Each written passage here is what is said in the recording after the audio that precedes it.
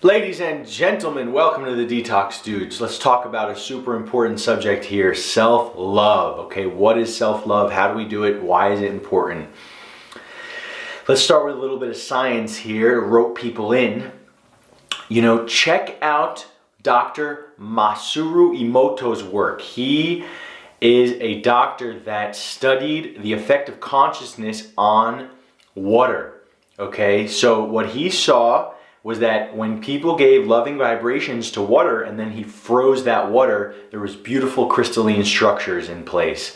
Versus messages of hate, these structures were no longer as beautiful and spread apart and just ugly, okay?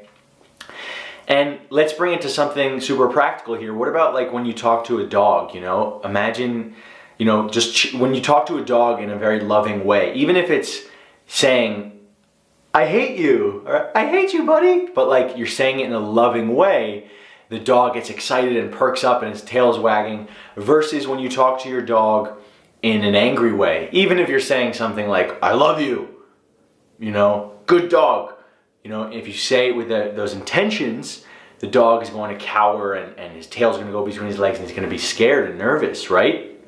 So this is really similar to the way that we are interacting with ourselves, right? It's not like think about all the different facets of ourself, So we're constantly conversing with ourselves on a daily basis. Most people, if you ever seen the movie What Women Want, it's not just women, this is all humanity that's going around just every second is another thought on this and that and this and that. And our homeostasis, unfortunately, for most people, is negative self-chatter. Some sort of underlying, you're not doing this good enough, you should have done this better, I can't believe you did that way, and this is gonna happen because you did this, and it's just non-stop, right?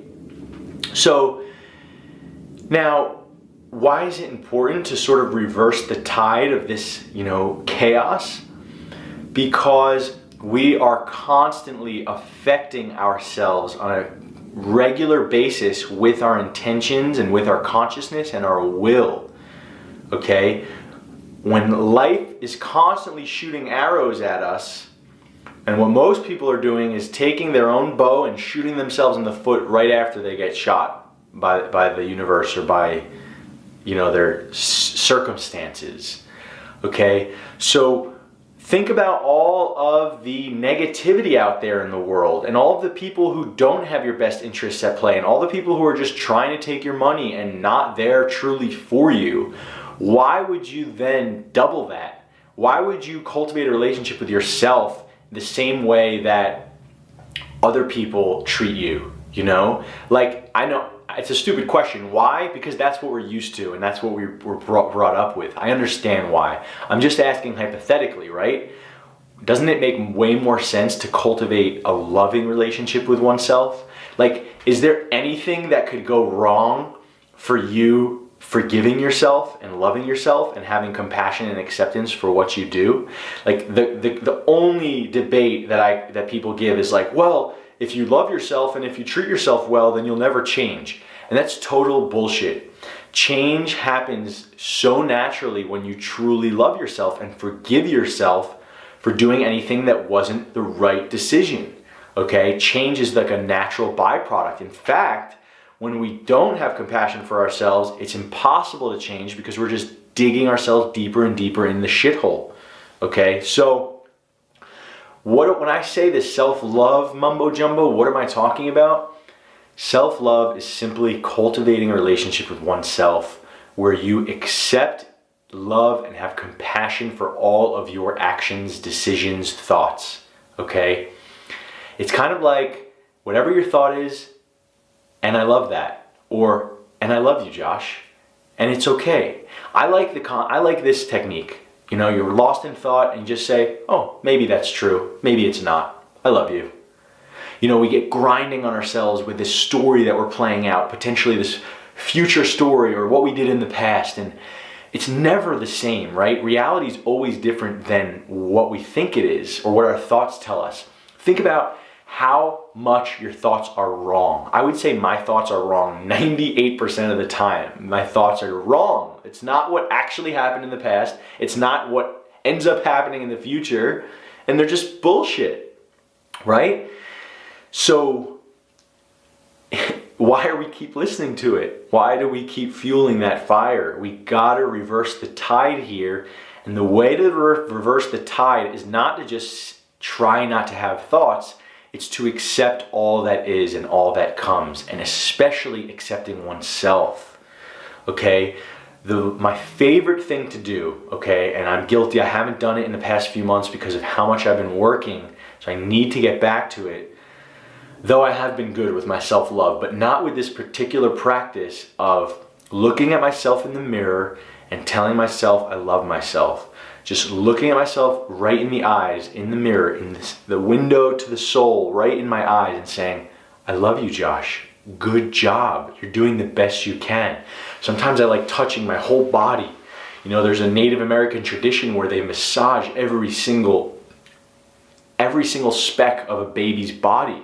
And why is that? Because when you give your body love and tenderness, even if it's coming from you, it changes you on a DNA level. It changes your whole biochemistry. Just rubbing yourself and saying, I love you, good job, good work today. You did the best you can. Okay, it's super important to do this, guys. There's a billion-dollar industry out there towards self-help and all that bullshit. You want to know self-help, true self-help is just loving yourself. It creates an atmosphere in your being where everybody else wants a piece of you. Okay, when you truly love yourself, people love being around you, they want to know what you're doing differently, and they're genuinely curious about what you have to offer. And that is how that's success's foundation right there. Are people enjoying your presence? That's the foundation of a success, okay? So it's not about, look, part of the journey, of course, is learning and growing and developing, and all that stuff is great. But ultimately, we can never forget that a simple good job, I love you, is more valuable than 20 hours of research and study and development and growth. And not growth's not the right word, but research and learning all of these different mind facts, okay? People think that for themselves to be truly valuable, they need to learn all of these facts, okay? Do you want to be valuable and stand out more than facts ever could? Love yourself. And it's only up to you. There's nobody else that can give you this gift. Okay, there's nobody else that can give you this gift. When you love yourself, you don't care what other people think of you. You become more and more whole, and your interactions aren't stemming from a place of need and validation. You come from a place of wholeness, and you're looking for things to enhance your life, not to complete your life. You see the difference here, guys? Super, super important. So what are my two favorite things to do? Look at myself in the mirror, tell myself I love myself. It's not an ego thing. It's not this ego, oh, you're the best. You're just the best detox coach in the world, Josh. You're just so knowledgeable and you're so intelligent. It's not that. It's deeper.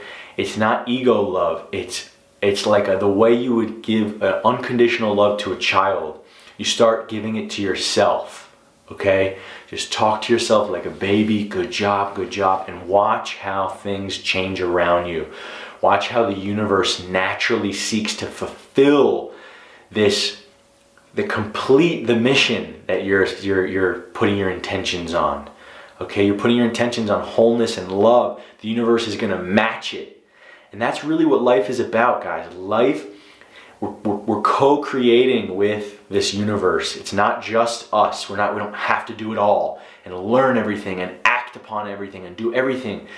And we also don't have to sit back and meditate and trust all the time. It's a combination. It's a dance between the two. It's a co-creation.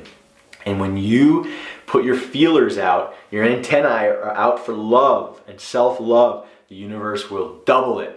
And the same is true when you put your when you're in that homeostasis that everyone's in of negative self-chatter and you should have done this differently and the universe will double it and keep doubling it every day. So that's up to us. It's up to us to reverse the tide. It's not up to anybody else. Only you can give yourself this gift. It requires will, intention, and memory. You just have to remind yourself. Write it all over your house. All over your house. Love yourself. Get posters. I have a poster that I have in my house. okay? All right, ladies and gentlemen, I hope that helps. Make sure to love yourself. Give yourself a massage every day, even if it's just for 2 minutes. Look at yourself in the mirror, even if it's just for 2 minutes. And you know, another little trick, anytime something bad happens or you do something silly, forgive yourself. Acceptance, compassion. You know, you did the best you could. And honestly, from all I'm learning on this journey, I really do think people are genuinely just doing the best they can with the circumstances they are given. So forgive yourself, love yourself, watch as the world changes in front of your very eyes, my friends. Peace.